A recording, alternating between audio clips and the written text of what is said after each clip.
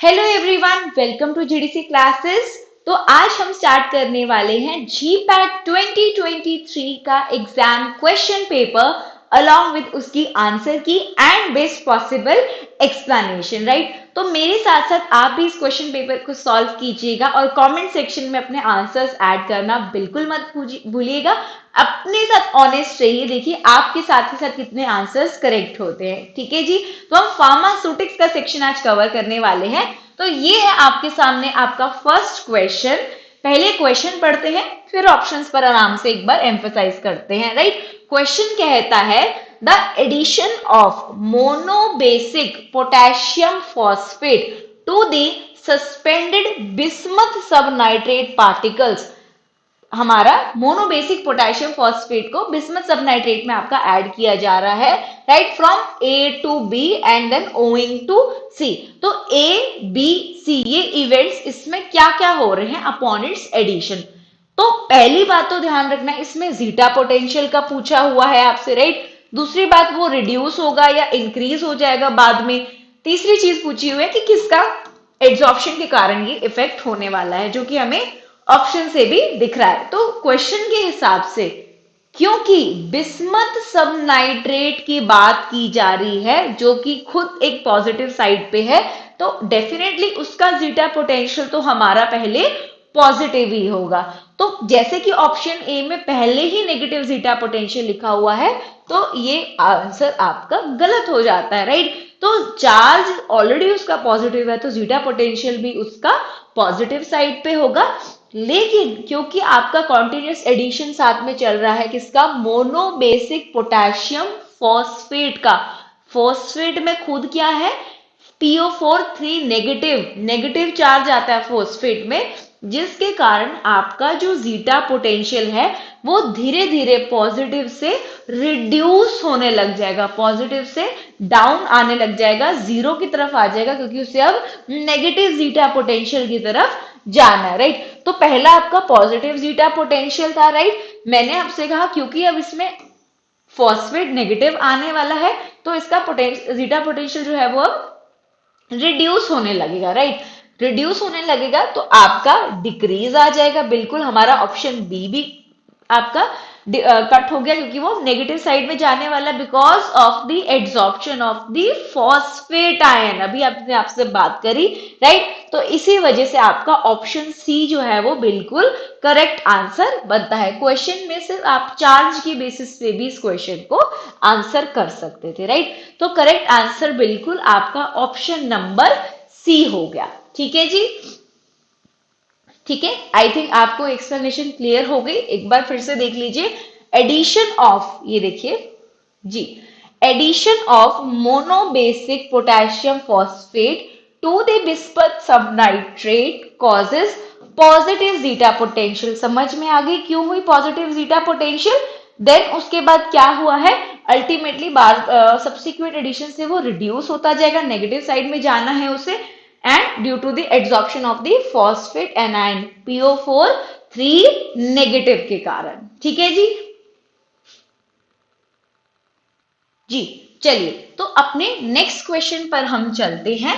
Second question अब ये आप देख चुके हैं, राइट, जीटा पोटेंशियल का इफेक्ट। आगे चलते हैं। क्वेश्चन कहता है नॉइस व्हिटनी इक्वेशन प्रिडिक्ट्स दी। क्वेश्चन पढ़िए, नॉइस व्हिटनी इक्वेशन प्रिडिक्ट्स दी। अब जिन्होंने तो नॉइस व्हिटनी इक्वेशन के बारे में पढ़ा होगा उन्हें कुछ आइडिया लग गया होगा कि नॉइस व्हिटनी इक्वेशन किससे रिलेटेड होती है, ड्रग डिसोल्यूशन से रिलेटेड होती है। अब पढ़ते हैं इसके क्वेश्चन।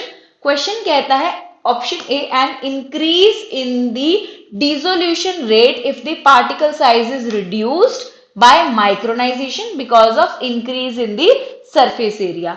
ऑप्शन बी कहता है it gives a relationship between the radius of diffusing molecule and the diffusion coefficient. क्या यहां पर हम डिफ्यूजन की बात करने वाले हैं? बिल्कुल नहीं।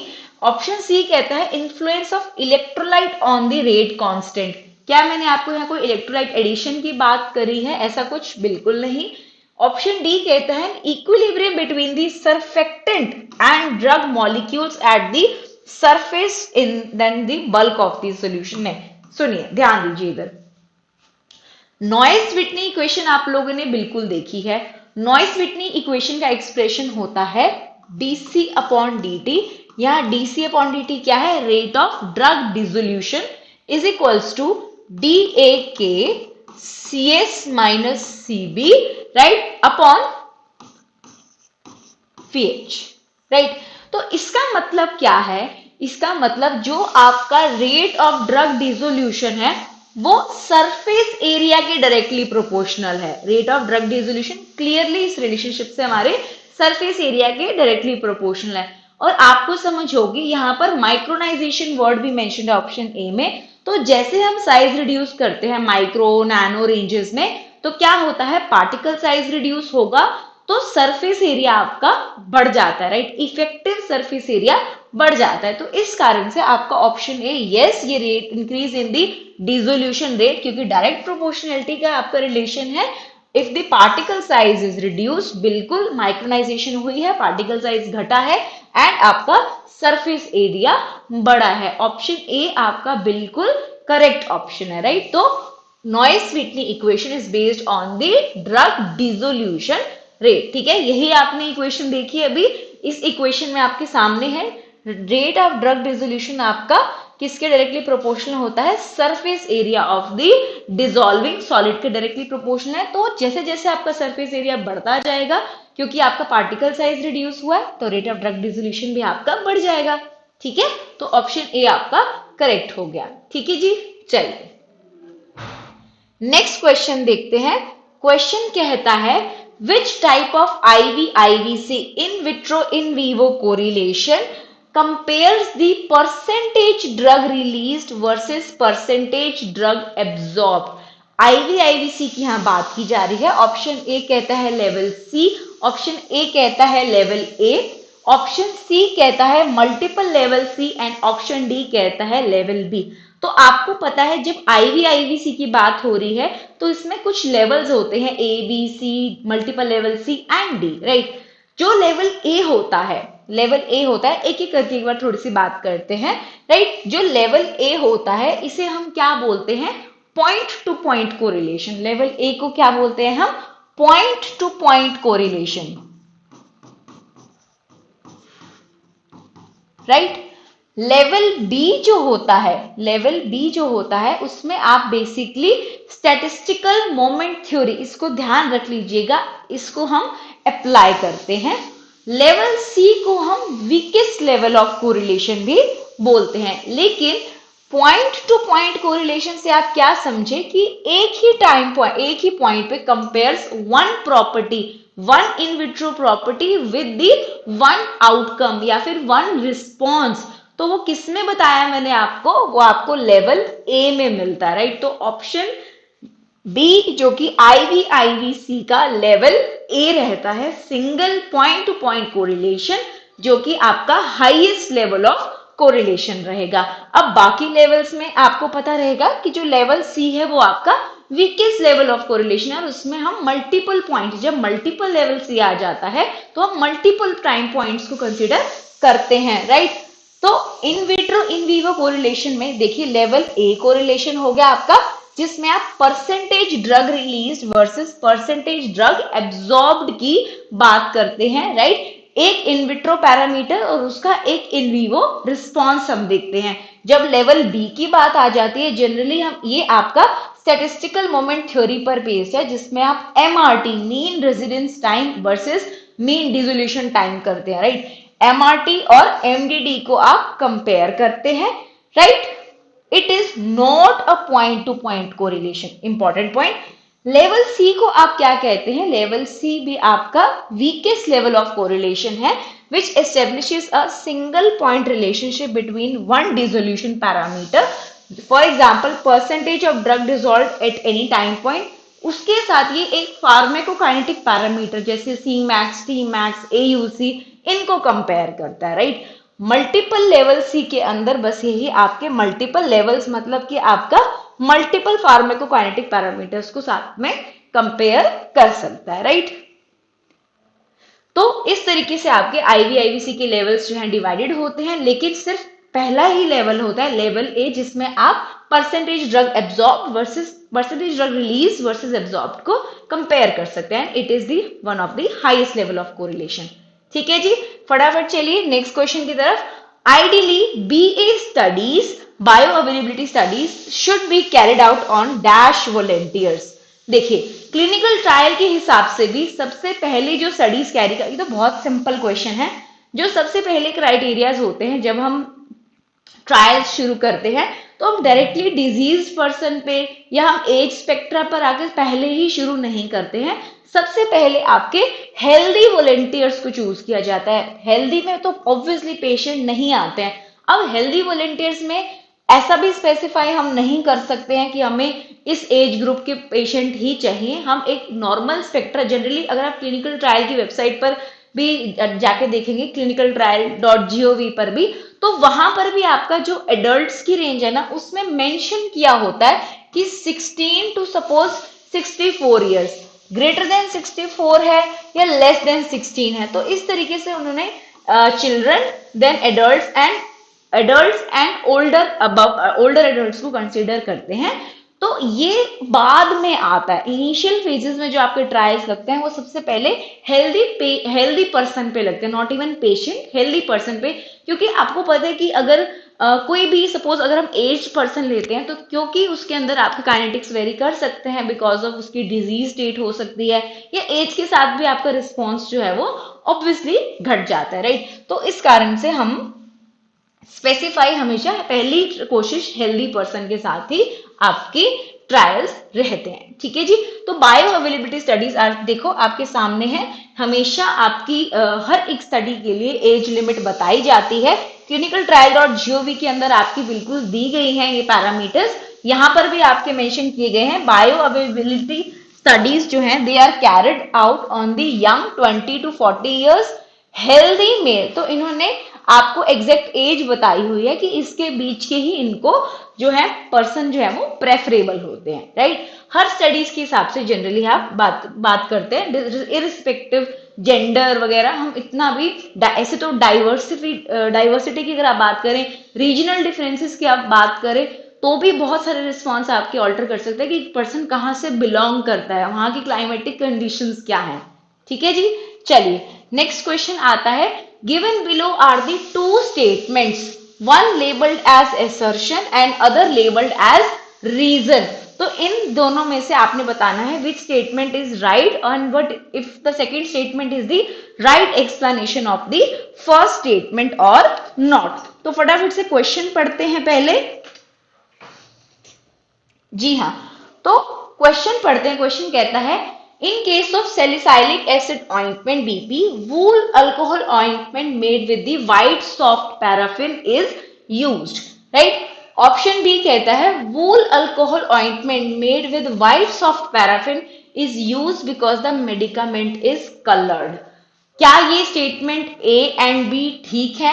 ए एंड assertion एंड रीजन ठीक है, और रीजन जो है वो assertion का करेक्ट एक्सप्लेनेशन है या फिर नहीं? तो जो सैलिसाइलिक एसिड ऑइंटमेंट है, जो आपका एसर्शन कहता है it is made in case of salicylic acid ointment BP wool alcohol ointment made with the white soft paraffin is use. ये स्टेटमेंट एक्चुअली बिल्कुल करेक्ट है। तो एसर्शन आपका करेक्ट है, बट रीजन के अंदर आपने एक छोटा सा वर्ड स्पॉट किया होगा कि आपका कलर्ड है। ऐसा नहीं होता। जो भी आपकी ऑइंटमेंट आपकी बनती है वूल अल्कोहल जो ये रहेगा आपका, it is meant to be make it colourless not coloured. ठीक है, तो आपका रीजन जो है वो यहाँ गलत हो जाता है। बिल्कुल ऑप्शन आपका एसर्शन ट्रू है but reason here is false. ठीक है, तो ऑप्शन सी आपका करेक्ट रहेगा। ओके, चलिए नेक्स्ट क्वेश्चन पे चलते हैं। Question looks like it's a very big question, but actually में क्वेश्चन बहुत ही ज्यादा सिंपल है। तो चलिए देखते हैं क्वेश्चन क्या कहता है। क्वेश्चन कहता है कि if S is the solubility of small particle with radius R, तो कोई सॉल्युबिलिटी है S और रेडियस है उस पार्टिकल का R जिसके बारे में बात हो रही है, is the normal solubility of consisting the fairly large particles is the interfacial energy. m उसका मॉलिक्यूलर वेट है, ठीक है, आगे दे रखा है रो उसकी डेंसिटी है, राइट, एंड आपका आगे लिखा है, एक बार मैं थोड़ा सा इसकी विजिबिलिटी ठीक करती हूँ जी, आर जो है बिल्कुल आपका गैस कांस्टेंट रहेगा, ठीक है, टी टेम्परेचर रहेगा. Which of the following equation indicates the change in the interfacial free energy that accompany the dissolution of particles of varying sizes causing the solubility of substance to increase with the decreasing particle size? तो simple सी बात है, इनमें से कौन सी equation आपका indicate करती है कि हम इसको सिंप्लीफाई करके बताएं कि आपका पार्टिकल साइज रिड्यूस करने से जो सॉल्युबिलिटी है वो बढ़ रही है, जो भी सब्सटेंस है विद द सॉल्युबिलिटी हम उसकी एस मानकर चलते हैं, ठीक है. तो ये जो सॉल्युबिलिटी की बेटा इक्वेशन रहेगी, ये इक्वेशन है कौन सी, पहले तो ये चीज आपको क्लियर हो, ये इक्वेशन रहेगी आपकी गिब्स थॉम्सन इफेक्ट, राइट, आपने पढ़ा होगा Gibbs Thomson effect, right. Gibbs Thomson effect के हिसाब से जो आपकी इक्वेशन होती है एक्चुअली में वो होती है ln s upon s not is equal to 2 gamma m upon रहेगा आपका रो r एंड यहां पर साथ में आपका temperature sorry along with radius भी आपका आ जाएगा, ठीक है. ये होती है आपकी गिब्स थॉम्सन इफेक्ट की इक्वेशन, जिसमें ये जो पैरामीटर्स हैं ये सारे आपको ऑलरेडी इसमें बहुत अच्छे से मेंशन किए गए हैं. तो इस स्टेटमेंट में बस हमने बताना है कि इसके हिसाब से कौन सी इक्वेशन हमारी करेक्ट रहेगी. अब यहां से तो आप इस क्वेश्चन को सॉल्व इजीली कर ही सकते हैं, बस फर्क क्या है, मैंने आपको लॉग की टर्म्स में नहीं दिया, मैंने आपको बहुत ही सिंपल करके इक्वेशन बता दी कि गिब्स थॉम्सन इफेक्ट की इक्वेशन है, ठीक है. अब आगे आप लोग देखिए इसमें से कौन सा करेक्ट आंसर रहेगा. ln की टर्म्स में आप इसको लॉग की टर्म्स में करने से क्या होगा 2.303 बस एक्स्ट्रा आपका इसमें आ जाएगा. तो करेक्ट आंसर होगा आपका option number D, right. I hope आप लोगों को ये इक्वेशन भी समझ में आ गई, राइट. चलिए देखिए आपके सामने है ये इक्वेशन, बस मैंने इसको आपको बस आपका लॉगरिथमिक फॉर्म में कन्वर्ट करके नहीं दिया था, इसी वजह से बस आपका 2.303 उसमें मिसिंग था, rest it's all the one and the same thing. Equation किसकी है आपकी गिब्स थॉम्सन इफेक्ट की है, which indicates the change in the interfacial energy accompanying with the varying sizes, जो कि रिड्यूस होने पर सॉल्युबिलिटी को इंपैक्ट करे, ठीक है जी. चलिए नेक्स्ट क्वेश्चन.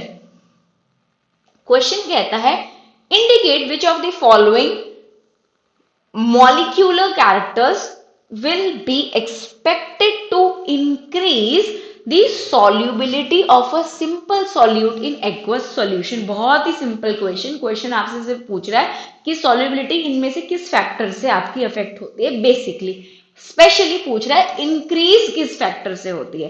तो solubility जब आप बढ़ा रहे हैं यहाँ पर, पहला पॉइंट कहता है हाई मेल्टिंग पॉइंट. अगर आपका मेल्टिंग पॉइंट हाई होगा, पहली बात आप सोचिए खुद, अगर आपका मेल्टिंग पॉइंट हाई होगा तो क्या सॉल्युबिलिटी बढ़ेगी. मेल्टिंग पॉइंट हाई का क्या मतलब है कि फोर्स ऑफ अट्रैक्शन जो है उसके पार्टिकल्स के बीच में इंट्रैक्शन जो है वो बहुत स्ट्रांग है, जिसको तोड़ने में ज्यादा मेल्टिंग पॉइंट ज्यादा टेम्परेचर आपका लग रहा है, हाई मेल्टिंग पॉइंट. तो क्या उससे सॉल्युबिलिटी बढ़ेगी, बिल्कुल भी नहीं. तो ऑप्शन ए आपका गलत हो गया. प्रेजेंस ऑफ पोलर ग्रुप, आपका ऑप्शन बी कहता है प्रेजेंस ऑफ पोलर ग्रुप. तो बेसिकली आपका प्रेजेंस ऑफ पोलर ग्रुप से क्या होगा, हाइड्रोजन बॉन्डिंग जो है आपकी वो बढ़ेगी, बिल्कुल. उससे क्या होगा, आपकी सॉल्युबिलिटी जो है वो इंप्रूव होती है. तो करेक्ट आंसर आपका ऑप्शन बी रहेगा. बाकी ऑप्शंस भी देख लेते हैं. ऑप्शन सी कहता है हाई मॉलिक्यूलर सरफेस एरिया, बिल्कुल भी नहीं. हाई सरफेस एरिया से सॉल्युबिलिटी का आपका अगर आप बात करते हैं, high molecular surface area, larger surface area जितना होगा उतनी उसमें हाइड्रोफोबिक इंटरैक्शंस जो हैं वो ज्यादा रहेंगी, जिसकी वजह से क्या होगा, उसकी सॉल्युबिलिटी एक्वस सॉल्यूशन यहां लिखा हुआ है वाटर सॉल्युबिलिटी उसकी घटेगी. Option D high boiling point. अब मेल्टिंग पॉइंट हो चाहे बॉइलिंग पॉइंट हो, अगर इंटरैक्शन स्ट्रॉन्गर है तभी आप हाई ले रहे हैं, इसीलिए सॉल्युबिलिटी आपकी इंप्रूव नहीं होगी उससे, ठीक है. करेक्ट आंसर आपका yes presence of polar groups रहेगा. Option B is the correct answer to the question.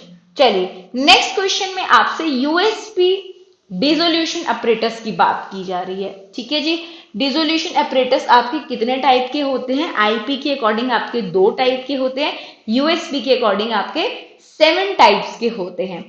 Type 1 to type 7 के नाम याद होना आपको बहुत ही ज्यादा जरूरी है, तो मैं यहाँ आपके लिए एक बार लिख देती हूँ, आप साथ के साथ अटेम्प्ट भी कीजिए। टाइप 1 होता है आपका बास्केट, टाइप 2 होता है आपका पैडल, टाइप 3 होता है आपका रेसिप्रोकेटिंग सिलेंडर, टाइप 4 होता है आपका फ्लो थ्रू सेल,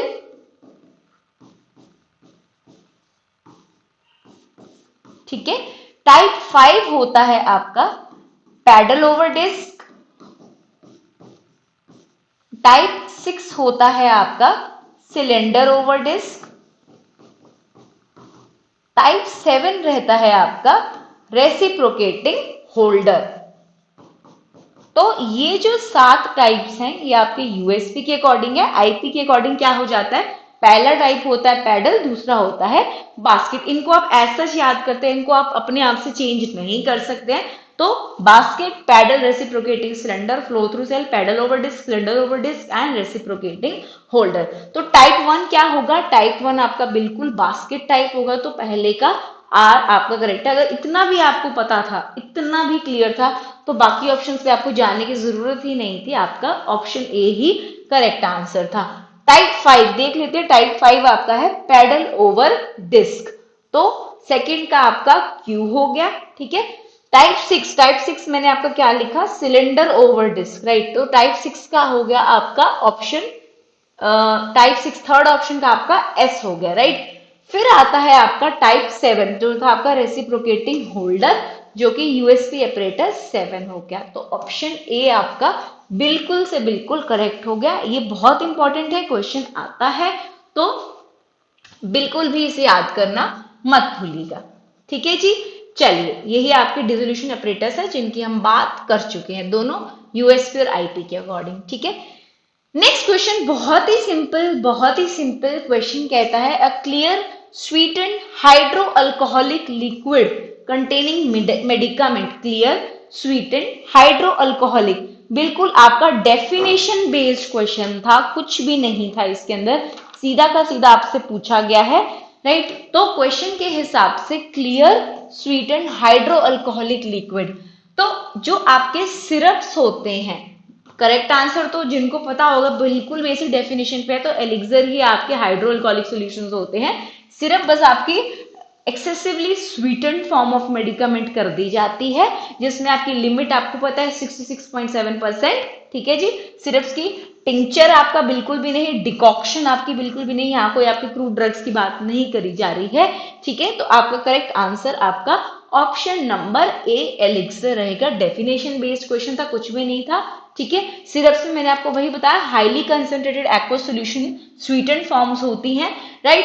मेडिकामेंट जिसमें आपकी ऐड की जाती है, टिंचर्स आपका फ्लूइड एक्सट्रैक्ट्स और जो भी एक्सट्रैक्ट्स आप प्रिपेयर करते हैं क्रूड ड्रग्स, जिनकी हम बात नहीं कर रहे हैं। डिकॉक्शन भी आपका क्या है? एक्सट्रैक्शन का ही एक प्रोसेस है, ठीक है जी। चलिए नेक्स्ट क्वेश्चन बच्चों, आपके सामने इमल्सिफायर है और उसकी क्लासिफिकेशन पूछी गई है, ठीक है जी। इमल्सिफायर है, अगर आपको याद होगा सरफेक्टेंट्स के कुछ टाइप्स होते हैं, कैटायनिक है, एनायनिक है, नॉन आयनिक है एंड एम्फोलिटिक, राइट। तो अगर इन चारों क्लासिफिकेशंस के आपको मेन एग्जांपल भी याद है तो ये कुछ भी मुश्किल नहीं है। नहीं भी याद है तो मैं बता देती हूँ, स्टार्ट करने से क्वेश्चन की तरफ ऑप्शंस आपने देख लिए हैं।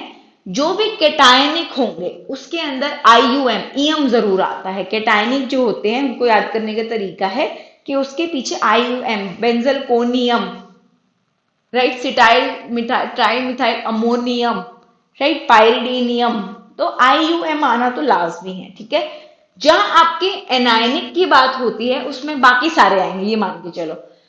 आपके आगे नॉन आयनिक में आपके पॉलीसॉर्बेट्स, ट्वीन्स, स्पैंस, सॉर्बिटान एस्टर्स और polysorbates, tweens, spans, LPSO, laurate, palmitate, stearate and oleate, ये आते हैं, राइट। एंड जो बच गया आपका एम्फोलिटिक बच गया। एम्फोलिटिक के अंदर आपके लेसिथिन एक बहुत इंपॉर्टेंट एग्जाम्पल है जिसपे क्वेश्चन आता है। अब अटेम्प्ट करते हैं।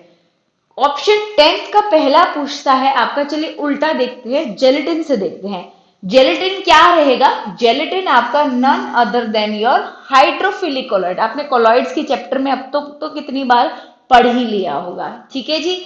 नेक्स्ट है ट्वीन 80। ट्वीन 80 की बात आ जाए और आप नॉन आयनिक सरफेक्टेंट, अभी मैंने आपसे कहा था ट्वीन 80 आपका पॉलीसॉर्बेट्स हो गया, सॉर्बिटान एस्टर्स होता तो फिर आपका स्पैन्स हो जाता। तो थर्ड का आंसर आपका पी करेक्ट है।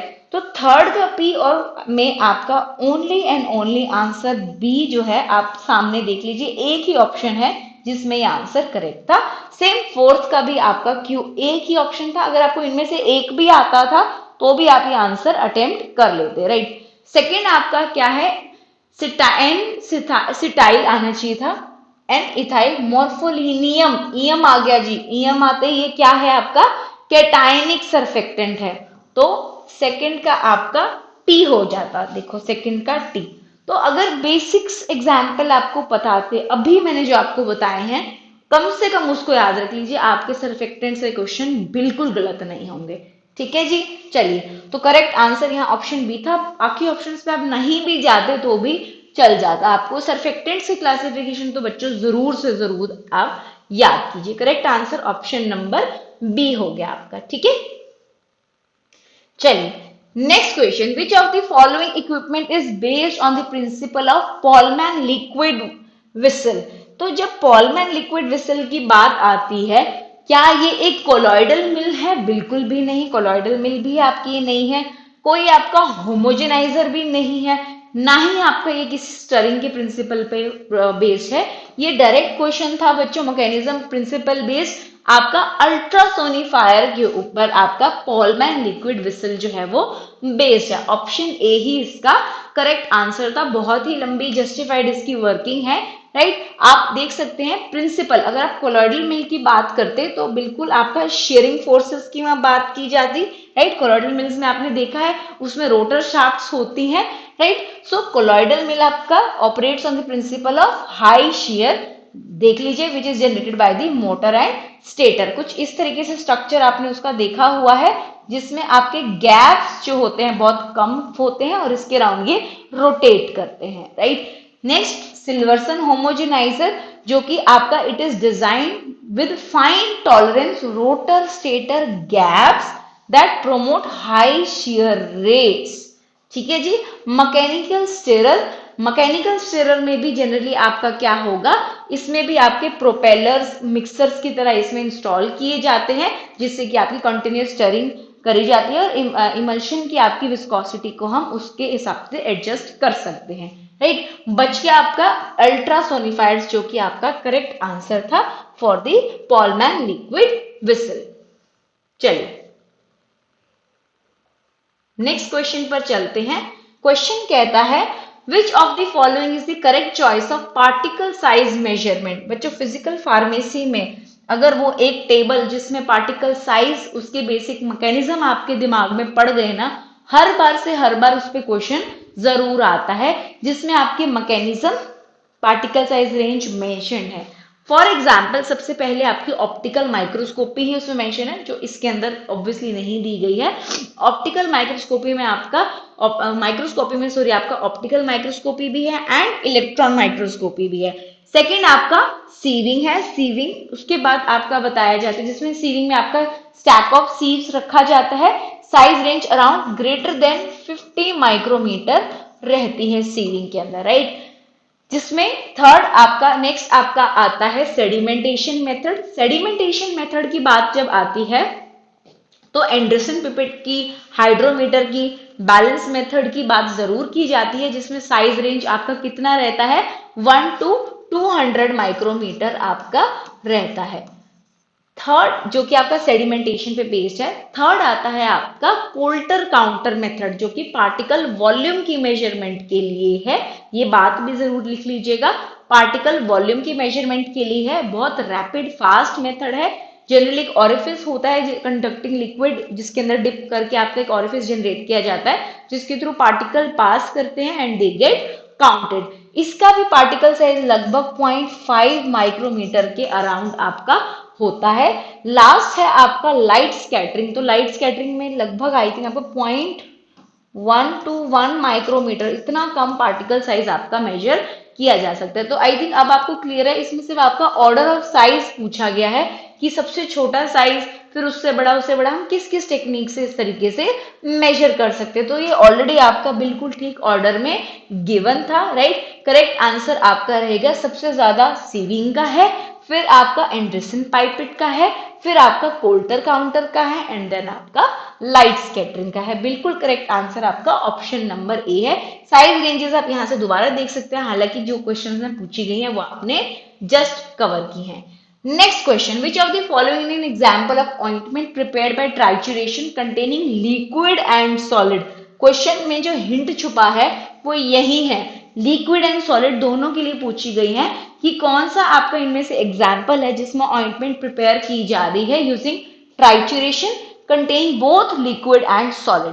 तो पहली जो आपकी ऑइंटमेंट है इसके अंदर बिल्कुल ट्राइचुरेशन भी है, लेकिन ओनली इसमें सॉलिड्स रहेंगे, right. Salicylic acid and sulphur ointment BPC, trituration तो है, साथ में सिर्फ इसमें आपके solid, it only contains solid. Whitefield ointment में भी ट्राइचुरेशन के साथ में यहां पर सिर्फ आपके सॉलिड्स रहेंगे, राइट। थर्ड जो है आपकी हैमरमिल्स ऑइंटमेंट बीपीसी, इसके अंदर आपके ट्राइचुरेशन के साथ only it will contain liquids. Last बचेगी बिल्कुल सही, करेक्ट आंसर रहेगा हमारा, जस्ट अ सेकेंड जी, तो करेक्ट आंसर हमारा डी रहेगा, जिसमें trituration along with liquid along with solid दोनों होंगी।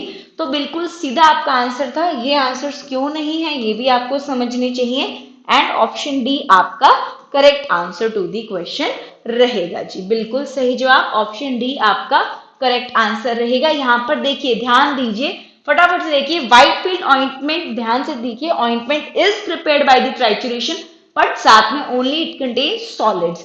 Salicylic acid and sulphur ointment, it is also prepared by trituration but it also contains only solids. Resorcinol ointment compound BPC, इसमें trituration along both solids भी हैं and liquids, correct answer। and last में आपके सिर्फ ही सिर्फ liquids हैं, तो option D आपका करेक्ट आंसर था। Next question, picking is the term used to describe. अब पिकिंग की बात हो रही है, स्टिकिंग पिकिंग टैबलेट डिफेक्ट का क्वेश्चन है, हर बार का है क्वेश्चन ये वाला आपका। सेपरेशन ऑफ टैबलेट इनटू 2 और मोर लेयर्स, क्या ये पिकिंग कहलाता है? बिल्कुल नहीं जी, ये क्या कहलाता है आपका, ये लेमिनेशन कहलाता है। तो लेमिनेशन क्या होगा, क्योंकि आपकी कई बार एयर एंट्रैपमेंट भी हो जाती है, राइट, तो लेमिनेशन इसका आंसर रहता, तो ऑप्शन ए आपका गलत हो गया। नीचे से देखते हैं, अच्छा एक और बहुत सिंपल सा है, अनइक्वल डिस्ट्रीब्यूशन ऑफ कलर, ये तो बिल्कुल सीधे के सीधे आपको रटे होने चाहिए। इसको हम क्या बोलते हैं, इसे हम मोटलिंग बोलते हैं। तो ऑप्शन ए भी हमारे लिए कट गया, ऑप्शन सी भी हमारे लिए कैंसिल हो गया, बच गया option A and D.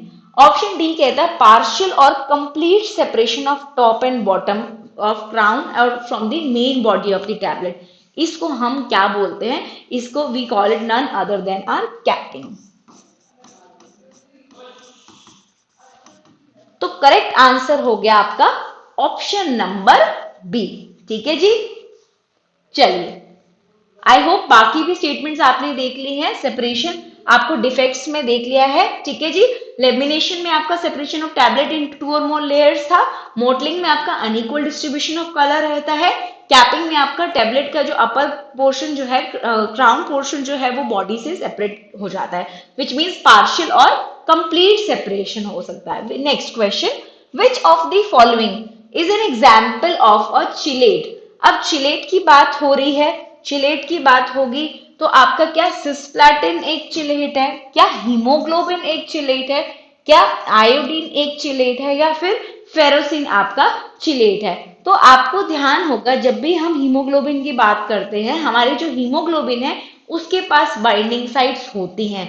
Central metal जो आपका बाइंडिंग आयन होता है वो क्या होता है, उसमें आयरन होता है, राइट। तो करेक्ट आंसर सीधा का सीधा आपके पास ऑप्शन नंबर बी था। इसमें तो कुछ आपको दिमाग भी नहीं लगाना था, बिल्कुल correct answer option number B haemoglobin था। ठीक है, तो क्लोरोफिल और हीमोग्लोबिन ये दो extremely important naturally occurring compound है जिनको हम चिलेट्स की फॉर्म में बोल सकते हैं। ठीक है, चलिए next question. A 2% saline solution 2% saline solution is hypotonic, hypertonic, isotonic या फिर आइसोऑस्मोटिक। तो ज्यादातर बच्चे इसमें जो कंफ्यूज होते हैं वो होते हैं आइसोटोनिक के साथ। तो मैं यहाँ आपको बता दूं कि आइसोटोनिक होता है 0.9% सोडियम क्लोराइड NaCl। ठीक है, 0.9% सोल्यूशन रहता है आइसोटोनिक का। तो ऑप्शन सी आपके लिए कट चुका है, आइसोस्मोटिक भी नहीं होगा। बच गया आपके पास दो ऑप्शन, इधर इट इज हाइपोटोनिक, इधर इट इज हाइपरटोनिक। तो 2% सलाइन सोल्यूशन जो होगा आपका, that has high concentration of solution as compare to the isotonic, because उसके अंदर कितना है 0.9 है, और जो क्वेश्चन में पूछा गया है वो कितना कंसेंट्रेशन है 2% है। इस वजह से बच्चों करेक्ट आंसर आपका हाइपरटोनिक ऑप्शन डी होगा। क्वेश्चन में जो आपकी स्ट्रेंथ गिवन है उसमें ही आपका आंसर छुपा था। आइसोटोनिक 0.9 है, तो हाइपर उससे ज्यादा 2% में आप जा रहे हो, तो 2% सेलाइन सोल्यूशन आपका हाइपरटोनिक होगा। ऑप्शन बी आपका करेक्ट आंसर था। ठीक है जी, चलिए आगे चलते हैं नेक्स्ट क्वेश्चन पे। Which of the following is not a colligative property? Option A कहता है ऑस्मोटिक प्रेशर, ऑप्शन बी कहता है depression of the freezing point, option C कहता है elevation in the boiling point, या फिर पॉलीमॉर्फिज्म। तो बहुत ही सिंपल क्वेश्चन है। ठीक है, चार आपकी कॉलिगेटिव प्रॉपर्टी होती हैं, किस पे डिपेंड करती है? नंबर ऑफ सॉल्यूट पे डिपेंड करती हैं। कॉलिगेटिव प्रॉपर्टी के अंदर आपके ऑस्मोटिक प्रेशर आता है, बिल्कुल आता है, डिप्रेशन इन फ्रीजिंग पॉइंट भी आता है, एलिवेशन इन बॉइलिंग पॉइंट भी आता है। बट ये कहाँ से आ गई? ना ही कभी क्रिस्टल स्ट्रक्चर की बात होती है, ना ही कहीं पॉलीमॉर्फिज्म की, ना ही कोई अमोर्फस, इनकी हम बात ही नहीं करते हैं कॉलिगेटिव प्रॉपर्टी के अंदर, राइट। तो पॉलीमॉर्फिज्म आपका करेक्ट आंसर हो जाएगा, which is not a colligative property. Colligative property पे इस तरीके से क्वेश्चन भी आता है, किस पे डिपेंड करती है? तो नंबर ऑफ सॉल्यूट के ऊपर आपके डिपेंड करती है। करेक्ट आंसर आपका ऑप्शन नंबर डी, बिल्कुल डायरेक्ट क्वेश्चन था। Colligative properties are those which depends upon the, ध्यान से देखिए, नंबर ऑफ सॉल्यूट। चार हैं आपकी, osmotic pressure, vapour pressure lowering, freezing point depression method, and आपका बॉइलिंग पॉइंट एलिवेशन। पॉलीमॉर्फिज्म आपका when substance exist in more than one crystalline forms. ठीक है, चलिए नेक्स्ट क्वेश्चन। सेरोंग SPA semi automatic equipment is used for, option A filling and packaging line for the topical pharmaceutical aerosol, option B कहता है filling of hard gelatin capsule, option C है production of suppositories, and option D है inserting rubber closures in the vial. तो चलिए देखते हैं, पहले देखते हैं सेरोंग एसपीए, जो कि एक सेमी ऑटोमेटिक इक्विपमेंट है। ये इक्विपमेंट यूज किसके लिए होता है? ये इक्विपमेंट एक्चुअली किसके लिए यूज होता है? प्रोडक्शन ऑफ सपोजिटरीज के लिए यूज होता है। तो बाकी ऑप्शन तो हमें जानने की जरूरत ही नहीं थी, बिल्कुल डायरेक्ट क्वेश्चन था। बट कुछ ऑप्शंस ऐसे हैं जो हमें ऑलरेडी पता है कि फिलिंग में ये यूज आपका नहीं होते हैं जी। तो करेक्ट आंसर हमारा ऑप्शन नंबर सी रहेगा, प्रोडक्शन ऑफ सपोजिटरीज। बिल्कुल डायरेक्ट क्वेश्चन था आपका, राइट, मशीनरी बेस्ड क्वेश्चन था। ठीक है जी, चलिए जी। तो सेरोंग एसपीए आपका equipment, it is use for the production of the suppositories in the pre form plastic और फॉयल शेल्स। इसमें आपको बेसिक मशीनरी भी यहां पर दी गई है, जिसमें ये फर्स्ट क्या है आपका, this is the meter, the suppository melt in the jacketed tank, जो कि आपका यहां पर दी गई है, राइट। सेकंड क्या है आपका, into pre form shells that pass directly beneath the injection nozzles, जो कि यहां पर आपकी दी गई है, एग्जैक्टली, राइट। थर्ड क्या है इसमें आपका, it is where the sealing and cartoning is done at this stage, right. इतना कुछ ज्यादा क्वेश्चन हमारा मशीनरीज के स्टेप्स पे नहीं आता है, बहुत डायरेक्ट क्वेश्चन, जैसे कि पहले आपने कभी रोटोसोड, रोटोफिल, आपका एकोजेल, इन मशीन्स पर पैन कोटा, आपका सील कोटिंग मशीन्स, इन पर डायरेक्ट क्वेश्चंस आपके आते हैं, ठीक है, प्रिंसिपल्स पे। Next question, in the mechanical model of the visco elastic material show the both viscosity and the elasticity combined in the series state. अब जिसने विस्को इलास्टिक मॉडल्स पढ़े होंगे उसको ध्यान बिल्कुल होगा, यहाँ पर हमेशा हम एक विस्को इलास्टिक मॉडल जिसमें विस्कोसिटी की भी बात की जाती है, इलास्टिसिटी की भी बात की जाती है, हम क्या करते हैं उसमें हमारे पास एक स्प्रिंग होता है और एक डैशपॉट होता है, राइट। तो उसकी अरेंजमेंट सीरीज में होगी या फिर आपकी पैरेलल में होगी, उसके बेसिस पे आप इनको डिवाइड करते हैं, राइट। अगर तो आपकी सीरीज में होगी, आपसे क्वेश्चन में पूछा गया है तो इनमें से कौन सा इंस्ट्रूमेंट आप यूज करते हैं, राइट। सीरीज में होगी तो हम जनरली मैक्सवेल एलिमेंट यूज करते हैं। आइए फटाफट से देख लेते हैं। इस तरीके से आपका डैशपॉट होता है और आपका स्प्रिंग, ये आपका सीरीज अरेंजमेंट हो गया। यही आमने सामने लग जाएंगे तो ये आपका पैरेलल अरेंजमेंट हो गया, जो कि आपका वॉइड एलिमेंट में होता है। Visco elastic, both viscosity and elasticity models जो कि देते हैं, इलास्टिसिटी स्प्रिंग से डिटरमाइन की जाती है एंड विस्कोसिटी ऑब्वियसली आपका डैशपॉट जो है इससे डिटरमाइन की जाती है, ठीक है जी। चलिए अब ये सीरीज में कंबाइन होंगे या पैरेलल में, उस हिसाब से हम इन विस्को इलास्टिक मॉडल्स को फर्दर क्लासिफाई करते हैं, ठीक है। चलिए next question, which of the following factors affect the heat of the reaction based on the Kirchhoff's equation? Option A कहता है मॉलिक्यूलरिटी, टेम्परेचर, प्रेशर या फिर वॉल्यूम। तो किरचॉफ्स इक्वेशन कुछ इस तरीके से, आपने पहले इक्वेशन ही देख लेते हैं, H2 minus H1 upon T2 minus T1, कुछ इस तरीके से आपने देखी होगी किरचॉफ्स इक्वेशन, जिसमें एंथैल्पी की बात करी जाती है, हीट कैपेसिटी की बात करी जाती है। क्या यहाँ पर आपको इसकी जो इक्वेशन है कहीं पर वॉल्यूम एज पैरामीटर दिख रहा है? बिल्कुल नहीं, ऑप्शन डी बिल्कुल इनकरेक्ट है। क्या आपको प्रेशर कहीं दिखाई दे रहा है इसमें? बिल्कुल नहीं।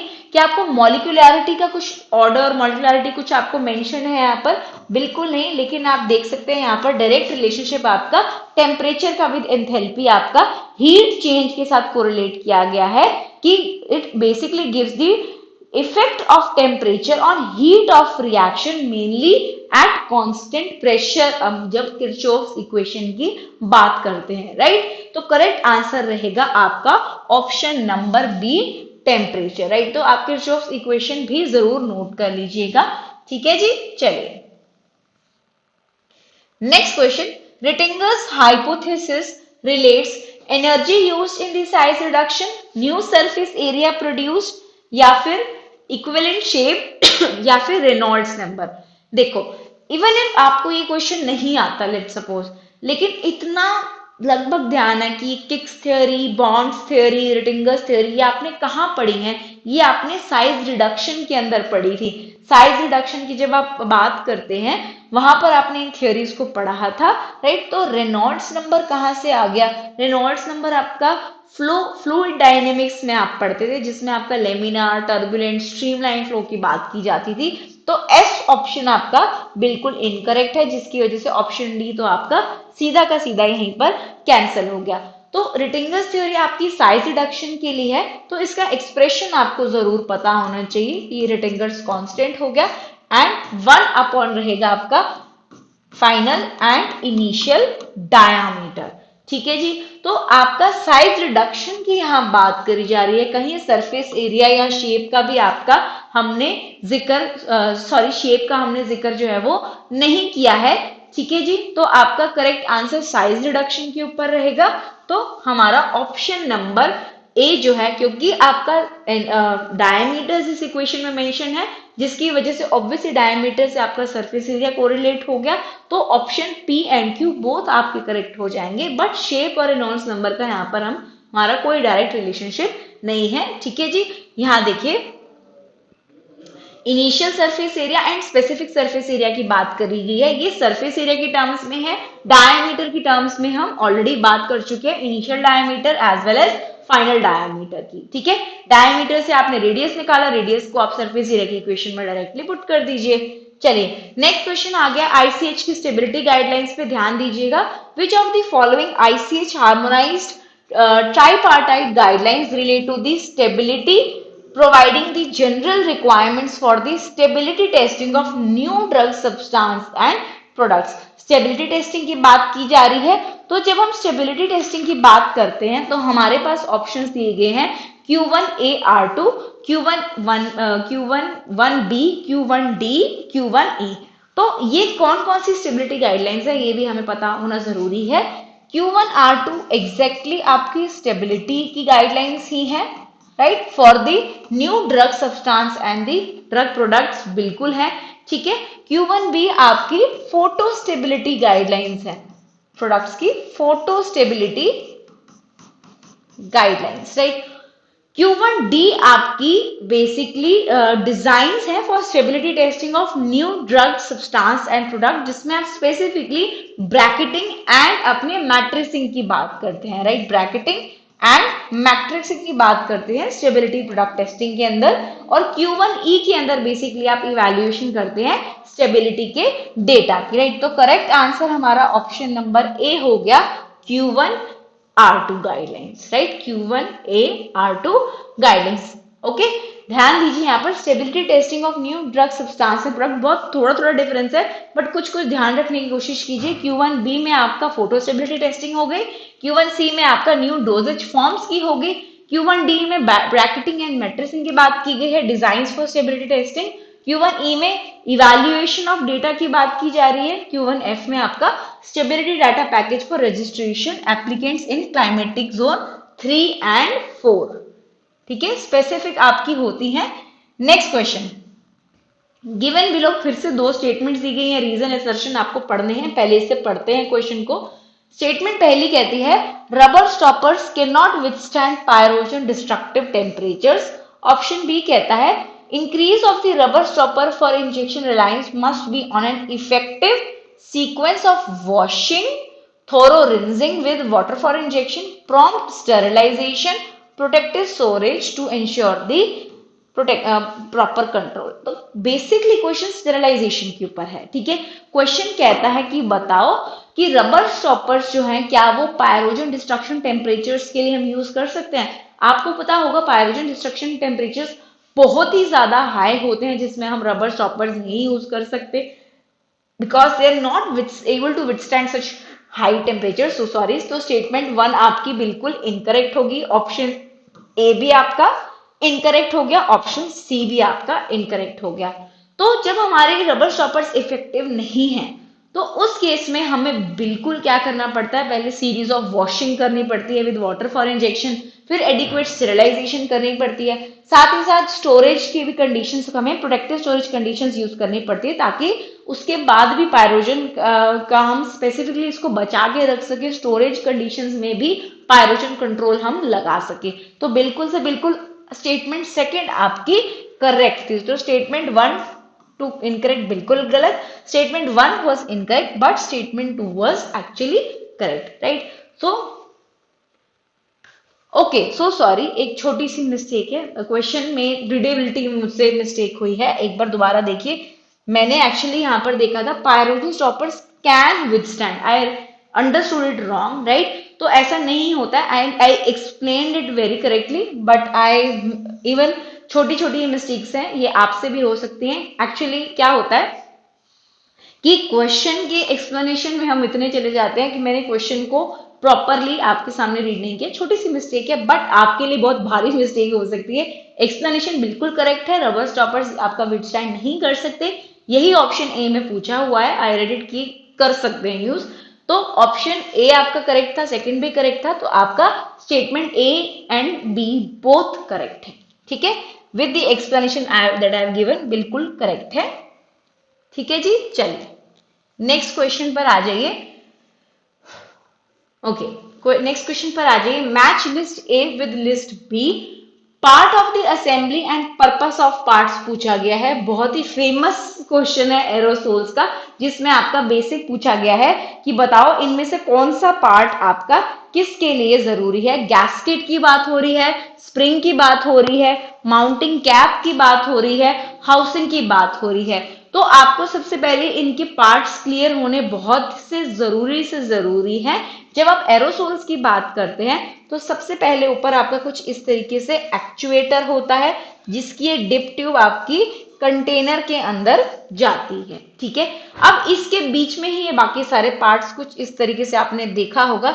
यहाँ पर गैस्केट होती है आपकी, राइट, इसके ऊपर कवरिंग भी होती है, राइट। तो सबसे पहले ये आपका एक्चुएटर पोर्शन हो गया, ये कंटेनर हो गया, ये आपकी डिप ट्यूब होगी, राइट। डिप ट्यूब की जब बात की जाती है आपकी, तो डिप ट्यूब क्या करती है, फॉर्मुलेशन को कैरी करती है फ्रॉम कंटेनर टू वाल्व। तो डिप ट्यूब की अगर यहाँ पर हम बात करते हैं, ऑप्शंस में आपका है नहीं, तो डिप ट्यूब की आपका बेसिक फंक्शन हो गया। इसके बाद गैस्केट, स्प्रिंग, माउंटिंग कप और आपकी हाउसिंग की बात की जा रही है। तो गैस्केट क्या करती है, गैस्केट एक्चुअली लीकेज को आपका प्रिवेंट करती है, राइट। स्प्रिंग क्या करता है, उस गैस्केट को एक पोजीशन में होल्ड करके रखता है। तो गैस्केट क्या करती है, इट प्रिवेंट्स द लीकेज, और स्प्रिंग क्या करता है, उस गैस्केट को जो है आपका होल्ड करके रखता है इन प्लेस। तो फर्स्ट का आंसर आपका क्यू था एंड सेकंड का आंसर आपका आर हो गया। माउंटिंग कप क्या करता है, it holds the valve in the place. And fourth obviously housing होगी, it links the dip tube and the stem of the actuator. ये तो इसमें कोई कंफ्यूजन नहीं होगी आपको, बट यस आपको ये पार्ट्स देखने बहुत ही ज्यादा जरूरी है। ऑप्शन बी आपका करेक्ट है। एक डायग्राम और देख लेते हैं जिसमें आपको इनके पार्ट्स जो है वो क्लियरली विजिबल हो जाएंगे। यहाँ पर आप देख सकते हैं ये आपका एक्चुएटर है, देखो इस डायग्राम में बिल्कुल अच्छे से लेबल किए गए हैं। ये डिप ट्यूब हो गई आपकी, राइट। यहाँ पर आपका ये स्प्रिंग हो गया, ठीक है। आपका स्प्रिंग क्या करता है, इस गैस्केट को एक पोजीशन में होल्ड करके रखता है। यहाँ ये आपकी गैस्केट हो गई, ये आपका स्टेम पोर्शन हो गया, ये आपका एक्चुएटर हो गया, और ये आपके माउंटिंग कप हो गया, और यहाँ पर आपकी ये हाउसिंग हो गई। ठीक है, तो सारे पार्ट्स की लेबलिंग आपको पता है एंड साथ ही साथ क्वेश्चन आ जाता है। गैस्केट पे क्वेश्चन आता है, spring, mounting cup, housing, dip tube पे भी आपका क्वेश्चन पहले कई बार पूछा जा चुका है। ठीक है जी, चलिए नेक्स्ट क्वेश्चन पर चलते हैं।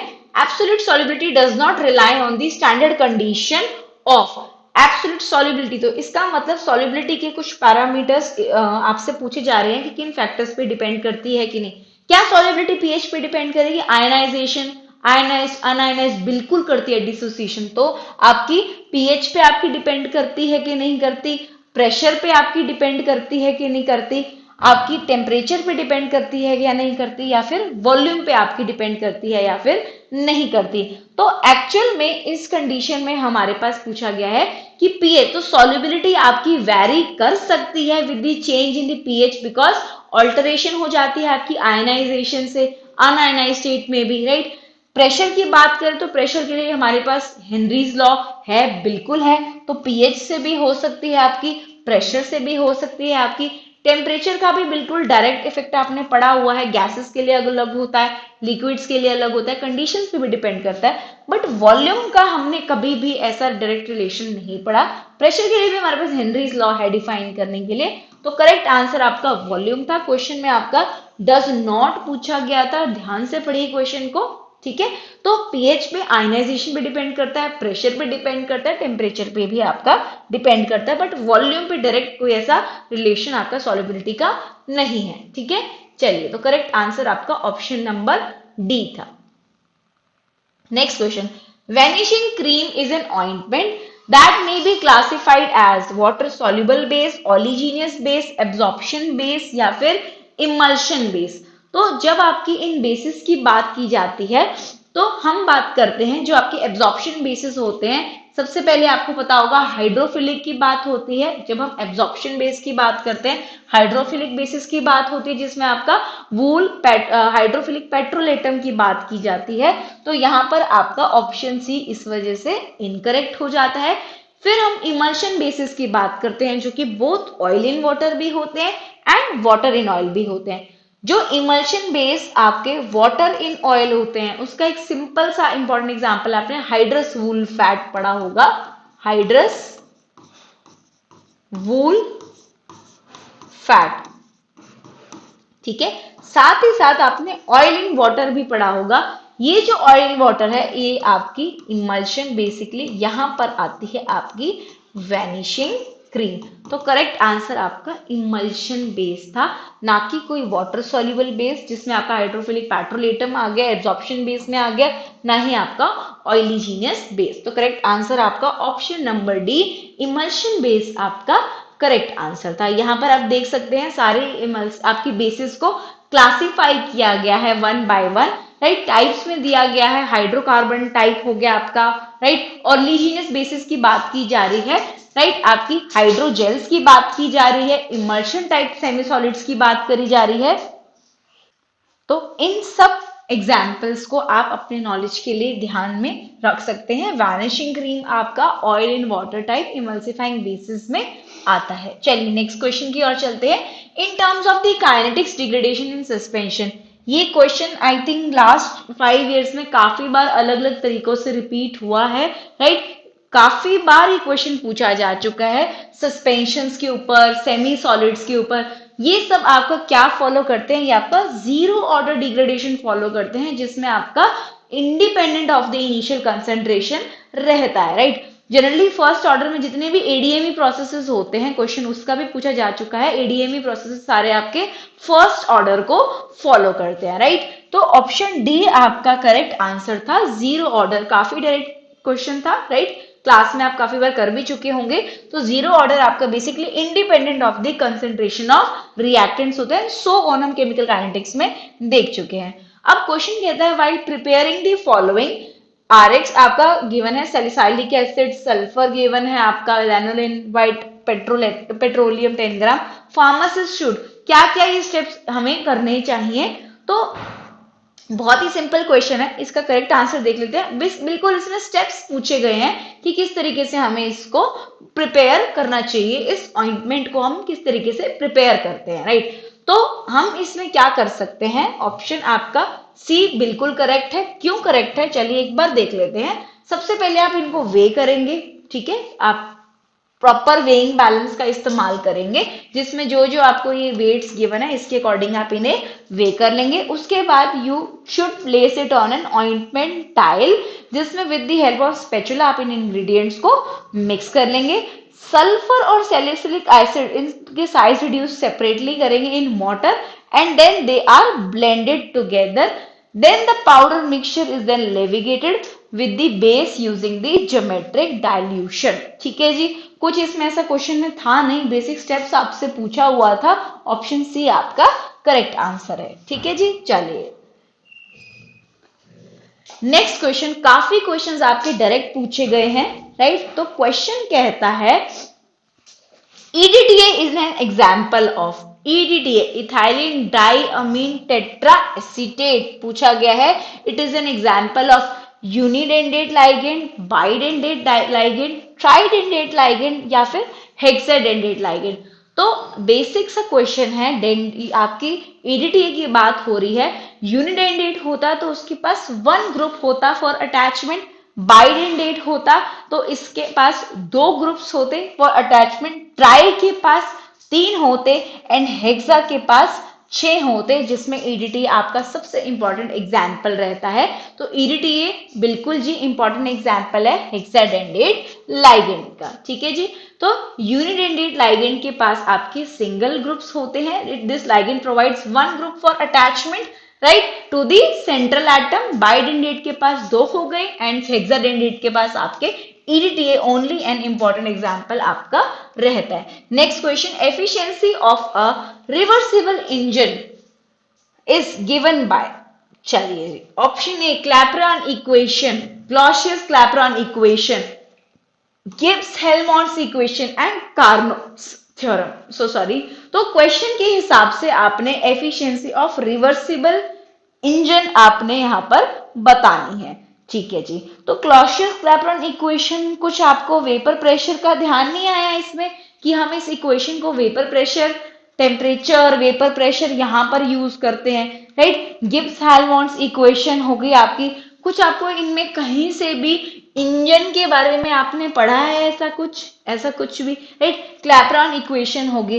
तो ये जो आपकी कार्नोट्स थ्योरम है, ये आपकी डायरेक्ट रिलेटेड होती है इससे। बाकी ऑप्शंस आपको क्लियर ही दिख रहे होंगे। Gives Helmholtz equation, surface free energy कोई बात ही नहीं हो रही है यहाँ पर, राइट। ना ही कोई हमारी वेपर प्रेशर की बात हो रही है कि हम क्लॉसियस-क्लैपेरॉन इक्वेशन पर जाए, राइट। तो ऑप्शन डी कार्नोट्स थ्योरम आपका डायरेक्ट क्वेश्चन था, कुछ ज्यादा इसमें दिमाग लगाने वाली बात नहीं थी। हाँ, अगर आपको बाकी इक्वेशंस के बेसिक्स क्लियर नहीं है, जैसे किरचॉफ्स इक्वेशन की आज हमने बात करी, आपकी पॉइजली इक्वेशन पे बहुत बार क्वेश्चन आते हैं, क्लॉसियस-क्लैपेरॉन इक्वेशन पे आते हैं, आपके बेट इक्वेशन के ऊपर क्वेश्चंस आते हैं, राइट। आपके कोजेनी-कैरमन इक्वेशन, ये बहुत ही सारे इक्वेशंस हैं जो कि बार बार इनके रन क्वेश्चन आते ही आते हैं। तो कृपया करके इन इक्वेशंस को एक सेपरेट पेज बना के सिर्फ इक्वेशंस का उनके एक बार के लिए आप सिर्फ एक्सप्रेशंस को ध्यान में जरूर रखिएगा। तो कार्नोट्स थ्योरम आपका डायरेक्ट आंसर है। ध्यान से देखिए, क्लॉसियस-क्लैपेरॉन इक्वेशन में आपके वेपर प्रेशर और एब्सोल्यूट टेम्परेचर की बात की जाती है। क्लैपेरॉन इक्वेशन में आपका freezing and melting point with pressure की बात की जाती है। लास्ट बच गया आपका गिब्स हेल्महोल्ट्ज इक्वेशन। यहाँ पर भी आपकी कोई भी ऐसी जनरली आइसोथर्मल प्रोसेस की बात की जा रही है, कुछ इंजन से रिलेटेड हम बात नहीं कर रहे हैं। तो कार्नोट्स थ्योरम इसका डायरेक्ट आंसर था। अब ये क्वेश्चन थोड़ा सा लंबा रहेगा आपके लिए, तो आप इसे आराम से पहले रीड कीजिए तसल्ली से, फिर हम इसके सोल्यूशन पर चलते हैं। क्वेश्चन कहता है a sample of glucose was decomposed at 140 degree Celsius in a solution which contains 0.030 molar HCl. The velocity constant K was found to be this much. यहां पर वैल्यूज नोट कर लेते हैं आपकी 0.00 एक मिनट, हम पहले नोट कर लेते हैं आपकी के कांस्टेंट, वेलोसिटी कांस्टेंट की value that is 0.0080 R inverse if the spontaneous rate constant is this much, right? spontaneous rate constant की वैल्यू इसको हम K नॉट से डिनोट कर लेते हैं, which is equal to 0.0010 and the catalysis due to hydroxyl ion in this acidic solution is considered negligible. तो catalytic coefficient KH की value आपसे पूछ रहा है, KH की वैल्यू आपसे पूछ रहा है। तो वेलोसिटी कांस्टेंट और ये KH, इसके आपके पास एक सिंपल सा रिलेशन रहेगा। K जो आपका वेलोसिटी कांस्टेंट है is equals to K not plus KH into जो आपकी HCl की स्ट्रेंथ गिवन है, राइट। तो HCl की स्ट्रेंथ आपकी कितनी गिवन है? 0.03 मोलर गिवन है आपकी। K की वैल्यू आपकी 0.080 गिवन थी। K नॉट की वैल्यू 0.0010 गिवन थी। KH आपने निकालना था और इसकी स्ट्रेंथ आपकी 0.030 आपकी गिवन थी। तो क्या इस इक्वेशन से कोई मुश्किल है आपको KH की वैल्यू निकालना? बिल्कुल भी नहीं, बस सिंपल सा आपने इसको यहाँ पर माइनस करके उसे डिवाइड कर लेना था। करेक्ट आंसर आपका 0.233 आ जाएगा, राइट। इसको सॉल्व करके 0.233 आपका करेक्ट आंसर आ जाएगा। ऑप्शन भी आपके सामने ये फॉर्मूला है, इसको ध्यान रख लीजिए। इस फॉर्मूले में बस मैंने वैल्यूज पुट करी है और डायरेक्ट आपका आंसर ऑप्शन बी जो है आपका वो करेक्ट आंसर रहेगा। ठीक है, इसे सॉल्व जरूर एक बार कर लीजिएगा।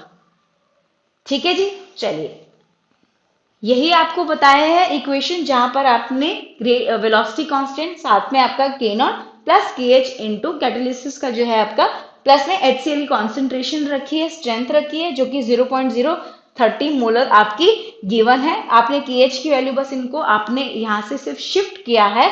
KH की वैल्यू आपकी 0.233 आपकी डायरेक्ट आंसर आता है। चलिए next question, which of the following characteristics is most likely to be associated with the high apparent volume of distribution. बच्चों जहां पर वॉल्यूम ऑफ डिस्ट्रीब्यूशन की बात आ रही है, जितनी ज्यादा volume of distribution, high volume of distribution कब होगा? जितनी ज्यादा वो बाइंडिंग प्रोटीन के साथ कम करेगा। ये बात आपको ध्यान रहनी चाहिए, मैं प्रोटीन की बात कर रही हूँ। Protein binding and tissue binding दो अलग अलग चीजें आपकी होती हैं। तो जितनी कम प्रोटीन बाइंडिंग होगी उतना ज्यादा वॉल्यूम ऑफ डिस्ट्रीब्यूशन ज्यादा होगा। अब ये कंसेप्ट लेकर आप चलते हैं। तो ऑप्शन ए पूछता है penetration across the blood brain barrier and blood testis barrier. तो अगर आपकी टिश्यू डिस्ट्रीब्यूशन ज्यादा है तो क्या उसका पेनिट्रेशन जो है ब्लड ब्रेन बैरियर में आपका ब्लड टेस्टिस बैरियर में होगा? बिल्कुल भी नहीं। Extensive binding to plasma protein, अभी आपसे मैंने कहा अगर आप हाई वॉल्यूम ऑफ डिस्ट्रीब्यूशन की बात कर रहे हैं तो प्लाज्मा प्रोटीन बाइंडिंग ज्यादा कैसे हो सकती है, कम होनी चाहिए थी, right. Distribution into the total body water, बिल्कुल भी नहीं, आपका extensive binding to tissue compartment रहेगी, राइट। तो प्रोटीन बाइंड होगी, जितनी ज्यादा प्रोटीन बाउंड रहेगी उतनी कम अवेलेबल रहेगी फॉर डिस्ट्रीब्यूशन, राइट। इसी वजह से आपका टिश्यू के अंदर आपका option D the extensive tissue binding बिल्कुल ठीक है, प्लाज्मा प्रोटीन बाइंडिंग आपका बिल्कुल गलत रहेगा, ठीक है जी। चलिए next question, which of the following does not bind to haemoglobin, right. आपके ब्लड कंपोनेंट के पास पहले तो आपसे ड्रग्स पूछी गई हैं, पूछा गया है आपके कौन कौन सी इनमें से ब्लड प्रोटीन जो कि आपका हीमोग्लोबिन है कौन सी इनमें से बाइंड करते हैं कौन सी नहीं करते हैं। पहले देख लेते हैं हमारे पास कौन कौन से ब्लड प्रोटीन्स और हैं जिसके पास आपकी ड्रग्स बाइंड करते हैं। सबसे पहला आपका ह्यूमन सीरम एल्ब्यूमिन है, वेट कितनी बार पूछा जा चुका है, 65,000 64,000 सॉरी जो भी 64,000 आई थिंक रहता है, राइट। नेक्स्ट आता है अल्फा 1 एसिड ग्लाइकोप्रोटीन, तीसरा आता है आपका लाइपोप्रोटीन्स, राइट। चौथा आता है आपका अल्फा 1 ग्लोबुलिन,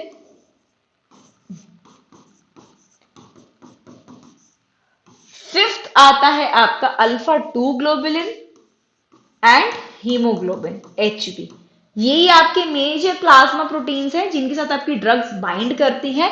तो जो आपकी लाइपोप्रोटीन्स रहेंगे इनके साथ आपकी क्लोरप्रोमाजीन बाइंड करती है, बाकी तीनों हीमोग्लोबिन के साथ ही बाइंड करती हैं। ट्रिपल पी से आप याद रख लीजिए, फेनिटोइन भी बाइंड करती है, फिनोथायाजीन भी बाइंड करती है एंड फिनोबार्बिटल भी आपकी बाइंड करती है, right. Choose the most appropriate answers given below. तो क्लोरप्रोमाजीन आपकी ऑप्शन पी बिल्कुल करेक्ट है, बाइंड नहीं करती है बिकॉज वो लाइपोप्रोटीन्स को बाइंड करती है, ठीक है जी।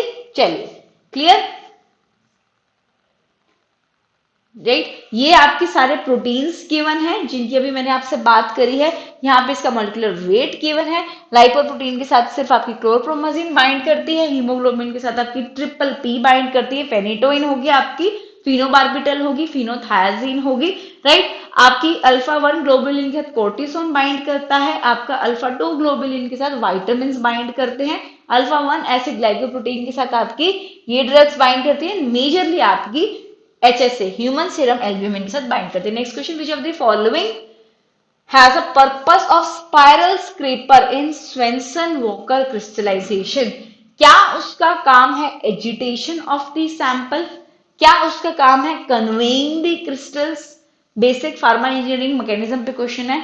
ऑप्शन ये है prevent an accumulation of crystal on the cooling surface, option D है provide desired temperature to the sample, right. Spiral scraper, scraper के नाम से कुछ समझ में आ रहा है तो ऑप्शन डी सैंपल को डिजायर्ड टेम्परेचर प्रोवाइड कराना, ये थोड़ा अटपटा है, right. Agitation to the sample, scraper का एजिटेशन से तो कोई लेना देना नहीं है, but it definitely prevents the accumulation of crystals on the cooling surface. तो ऑप्शन सी आपका बिल्कुल correct answer to the question है, राइट। तो इट डेफिनेटली प्रिवेंट्स द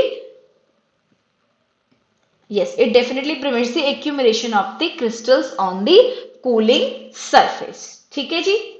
चलिए next question, if u is the velocity of fluid, rho आपकी density है, l length है pipe की, d डायामीटर है, f फ्रिक्शन फैक्टर है, डेल्टा p प्रेशर ड्रॉप है, देन अप्रोप्रिएट इक्वेशन ये किसकी है, राइट।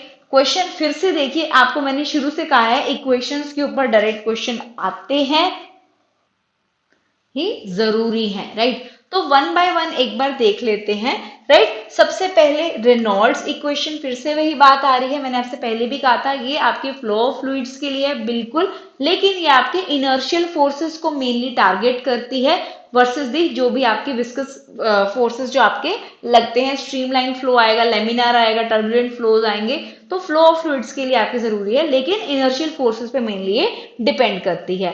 अच्छा, बर्नौली इक्वेशन भी कुछ उसी तरीके से है, लेकिन इसमें एक इंपॉर्टेंट बात है कि ये principle of conservation of energy के लिए आपकी आती है, राइट। यहाँ पर आपका कुछ प्रेशर ड्रॉप भी मेंशन है, साथ ही साथ आपके फ्रिक्शनल फोर्सेस की भी, फ्रिक्शनल फैक्टर की भी बात की जा रही है। हालांकि जो आपकी ये हेजन पॉइजली इक्वेशन है, फैनिंग इक्वेशन है, इन दोनों के अंदर आपकी pressure drop as well as frictional forces, frictional factor की बात की जाती है, बट दोनों इक्वेशन के आपके जो एक्सप्रेशंस हैं वो बिल्कुल अलग है, राइट। तो यहां कंफ्यूजन जरूर हो सकती थी। ये जो इक्वेशन आपके सामने रिप्रेजेंट की गई है ये फैनिंग इक्वेशन के लिए है। तो चलिए देख लेते हैं कि बाकी इक्वेशन जो है वो हेजन पॉइजन इक्वेशन है कौन सी, राइट। अगर हेजन पॉइजन आपकी फैनिंग इक्वेशन में डेफिनेटली फ्रिक्शन लॉसेस को कंसिडर किया जा रहा है, जिसमें आपकी फैनिंग इक्वेशन दी गई है, लेकिन हेजन पॉइजन इक्वेशन के अंदर देखिए आपकी viscosity of fluid, pressure drop, दोनों को ही आपका यहाँ पर भी कंसीडर किया गया है for the viscous flow. Bernoulli's theorem की बात हो रही है तो कंजर्वेशन ऑफ एनर्जी के प्रिंसिपल पे आपका ये बेस्ड है, राइट। इसकी इक्वेशन कुछ इस तरीके से है। एंड रेनॉल्ड्स नंबर की बात हो रही है तो definitely it will take in account the inertial forces to the viscous forces, ठीक है जी। इसकी इक्वेशन थोड़ी डिफरेंट है उससे, right. Next question, schedule O governs the standards for. अब ज्यूरिस्प्रूडेंस में आपका मोस्टली क्वेश्चन शेड्यूल पर आते हैं जी। तो ऑप्शन ए कहता है is it for the disinfectant fluid, option B कहता है list of equipment required for running of pharmacy, option C कहता है लाइफ पीरियड ऑफ ड्रग, और ऑप्शन डी कहता है manufacturing and analytical record of drug. तो आपको पता होगा एनालिटिकल रिकॉर्ड ऑफ ड्रग के लिए शेड्यूल आपका यू होता है, स्पेसिफिकली अगर हम बात करें आपका U1 होता है actually. For the life period P schedule P आपका होता है।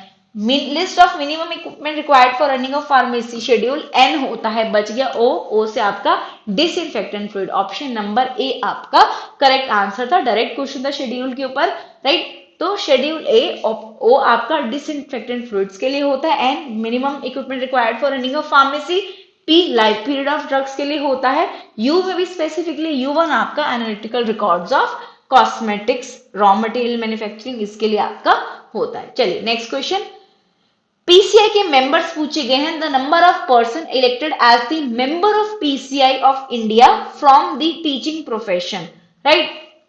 चलिए, तो पीसीआई के अंदर, पीसीआई में जब बात की जाती है हमारे इलेक्टेड मेंबर कितने होते हैं, नॉमिनेटेड मेंबर्स हमारे कितने होते हैं। इलेक्टेड मेंबर्स हमारे एक्चुअली 3 होते हैं एंड नॉमिनेटेड हमारे जो है वो 6 होते हैं, राइट। इलेक्टेड हमारे 3 होते हैं, सॉरी एक्स ऑफिशियो भी हमारे 3 होते हैं। कौन कौन से होते हैं एक्स ऑफिशियो 3, ये पे भी क्वेश्चन आता है।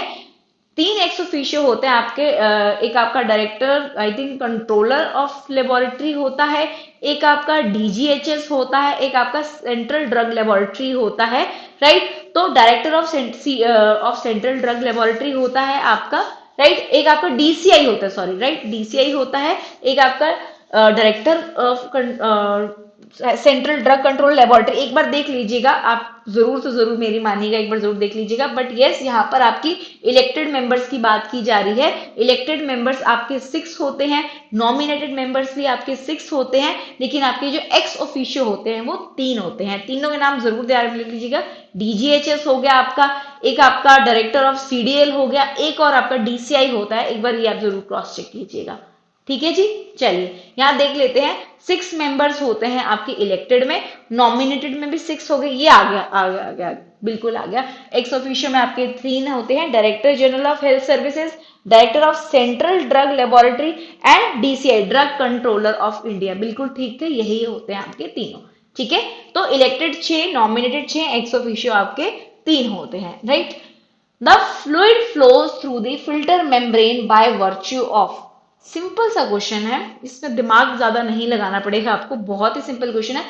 Fluid flows through the filter membrane by, option A pressure difference across the filter, temperature difference across the filter, volume difference across the filter, या potential difference across the filter. हम एक simple से filter का example मान लेते हैं जो हम अपनी लैब में यूज करते हैं, वॉटमैन फिल्टर पेपर का ही आप मान लीजिए। क्या कहीं आप उसमें पोटेंशियल डिफरेंस अप्लाई करते हैं? बिल्कुल भी नहीं। जो उसमें फ्लो रहता है, क्या वो वॉल्यूम के अक्रॉस होता है कि नीचे ज्यादा वॉल्यूम उसमें निकल गई है, ऊपर कम रह गई, ऐसा कुछ आइडिया होता है? बिल्कुल भी नहीं। वॉल्यूम को डिफ्यूजन थोड़ी है जो हाई टू लो कंसेंट्रेशन की हम बात कर रहे हो। टेम्परेचर डिफरेंस बिल्कुल भी नहीं, आपका प्रेशर डिफरेंस रहता है जिसके कारण आपका फ्लो ऑफ फ्लूइड जो है वो हो जाता है। बिल्कुल सिंपल साधारण क्वेश्चन था, इसमें आपको ज्यादा कोई इशू आना नहीं चाहिए, राइट? तो correct answer fluid flow based on your pressure difference across the filter.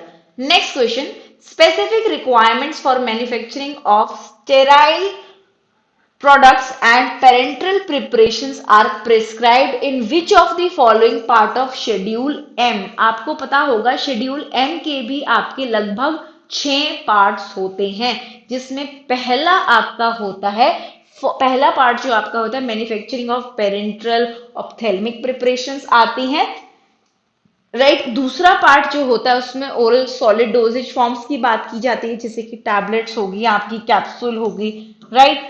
तीसरा जो आता है आपकी उसमें ओरल लिक्विड्स की बात की जाती है, सिरप्स हो गए, एलिक्सर्स हो गए, तो आपका ऑप्शन सी भी गलत हो गया। फोर्थ जो होता है आपका डी जो होता है उसमें आपकी टॉपिकल प्रोडक्ट्स की बात की जाती है, राइट? तो ये भी आपका इनकरेक्ट हो गया। चलिए देखते हैं ऑप्शन। आई थिंक आपका ऑप्शन इसमें correct option I think mention ही नहीं है, इसलिए आपका ये ड्रॉप्ड क्वेश्चन है, right? This question was actually dropped, right? चलिए इसके एक्सप्लेनेशन देख लेते हैं। क्वेश्चन में ऑप्शन ही नहीं है which we were looking for, right? तो पार्ट्स जो है वो जनरली क्लासिफाई किए जाते हैं 1A, 1B, 1C, 1D, 1E, 1F। उसमें ऑप्शन ही गलत थे। जो 1A है बेसिकली वही आपका पेरेंटल प्रिपरेशंस के लिए और स्टेराइल ऑप्थेल्मिक प्रिपरेशंस के लिए होता है, जो कि हमारे ऑप्शंस में नहीं था। पहला ही आपका करेक्ट आंसर होता। 1B आपका सॉलिड डोजेज फॉर्म्स के लिए, टैबलेट्स के लिए, कैप्सूल के लिए। 1C आपका ओरल लिक्विड सिरप्स एलिक्सर्स के लिए। 1D आपका टॉपिकल एक्सटर्नल प्रिपरेशन, क्रीम्स, एमल्शंस आपकी हो गई, लोशंस हो गए, राइट? ऑइंटमेंट्स हो गई। 1E जो है आपका मीटर डोज इनहेलर्स के लिए है। वन एफ जो है आपका premises bulk and plant material required for active pharmaceutical ingredient, bulk drugs के बारे में है। तो कहीं भी इसमें हमारा ऑप्शन जो है वो फिट नहीं हो रहा। ऊपर से आपका ऑप्शन सिर्फ ये बचता था, ये तो थे ही नहीं। तो अगर पार्ट यहाँ पर 1A होता तो ये करेक्ट आंसर हो जाता, बट आपका यहाँ पे ऑप्शन ही गलत है, इसलिए क्वेश्चन आपका ड्रॉप हो गया था। ठीक है, करेक्ट आंसर आपका 1A ही था। ठीक है, इसके अलावा भी आपको ये M2 M3 भी, M1 आपका किस लिए होता है? Manufacture of homeopathic, M2 cosmetic, M3 medical device. इसको भी ध्यान रखना, काफी बार इसके अराउंड क्वेश्चन आते हैं, राइट? पार्ट वन ऐसे बेसिकली फोर्थ ऐसा तो कोई एग्जिस्ट ही नहीं करता। नेक्स्ट क्वेश्चन लिखिए, आपके सामने है, identify the schedule for which the following cautionary labelling is mandatory as per the drugs and cosmetic. Option A, use within 1 month of opening. Option B, name and concentration of preservative. Option C, not for injection. Option D, if irritation persists on increasing, discontinue use or consult your physician, keep container tightly closed. Right? तो इनमें से किसी भी option में आप देख सकते हो कोई भी ऐसा शेड्यूल हमने पढ़ा ही नहीं है जिसमें इसमें से किसी की बात की जा रही थी। या तो ये शेड्यूल यहाँ पर कोई और मेंशन होते, उनकी स्टेटमेंट्स होती, या ये किसके लिए पूछे जा रहे हैं वो स्पेसिफाइड होता, राइट? तो ऐसा कुछ हमारे लिए मेंशन नहीं है, इस वजह से ऐसी क्वेश्चन लेबलिंग वगैरह का शेड्यूल किसी में हमारे पास मेंशन नहीं था, तो हमारा ये क्वेश्चन जो है वो ये भी ड्रॉप कर दिया गया था, राइट? तो बिकॉज आपकी this question regarding mandatory cautioning label as per the drugs and cosmetic act does not even align with the provided options, that is why आपका या तो एक क्वेश्चन कुछ और पूछना चाह रहे थे, या फिर जो ऑप्शंस है वो शेड्यूल के हिसाब से कोई अलाइन नहीं हो रहे थे। ठीक है, नेक्स्ट क्वेश्चन, लास्ट क्वेश्चन आपका आता है, para amino hippuric acid PHA clearance test is employed to use measure the option A renal blood flow, option B liver blood flow, option C cerebral blood flow, option D आपका venous blood flow. आपको याद होगा हमारे ये सारे test होते हैं आपकी क्लियरेंस टेस्ट के लिए आपका इनुलिन भी यूज किया जाता है, राइट। तो ये सब आपके किसके लिए यूज होते हैं, क्लियरेंस पूछी गई है तो आपके ये रीनल ब्लड फ्लो के लिए यूज होते हैं। बिल्कुल ही सिंपल सीधा क्वेश्चन था, ऑप्शन ए आपका करेक्ट है। लीवर, सेरिब्रल या वीनस ब्लड फ्लो के लिए आपका ये यूज नहीं होता। क्लियरेंस के साथ आपको क्लियरेंस की वैल्यूज पता रखनी भी जरूरी है, राइट। तो सबसे हाईएस्ट क्लियरेंस वैल्यू 650 आपकी clearance which is equal to the renal plasma flow rate, जिसमें आपका PH, para amino hippuric acid आपका यूज किया जाता है, राइट। यहाँ पर आपके एग्जांपल्स इनके गिवन है, साथ ही साथ आपकी रीनल क्लियरेंस की वैल्यू गिवन है, राइट। इंपॉर्टेंट क्या है इसमें, इंपॉर्टेंट है रीनल क्लियरेंस की minimum value, maximum value and इनके क्या इन्फ्लुएंसेस हैं कि ड्रग क्या आपकी यहाँ से फिल्टर होगी कि रीएब्जॉर्ब होगी, फिल्टर होगी या रीएब्जॉर्ब पार्शियली होगी, कंप्लीटली होगी, सिर्फ फिल्टर होगी या फिर filter as well as secrete होगी, राइट। तो इनकी इस टेबल पे भी काफी क्वेश्चंस आपके पूछे जा चुके हैं। तो कमेंट्स में अपने आंसर्स को मेंशन करना बिल्कुल मत भूलिएगा। जो भी आपके डाउट्स हैं, आप लाइव वीडियोस अटेंड कर रहे हैं, आपके लिए बहुत सारी क्लासेस अरेंज की गई हैं, आप वीडियोस में भी देख रहे हैं। साथ ही साथ आपकी जीपैट मंत्रा बुक भी लॉन्च हो चुकी है, जिसके अंदर आपके ये सारे questions of previous year papers along with its explanation आपको प्रोवाइड किए जा रहे हैं, राइट। तो आप ये सारी एक्सप्लेनेशंस वहां पर भी हमारी देख सकते हैं, राइट।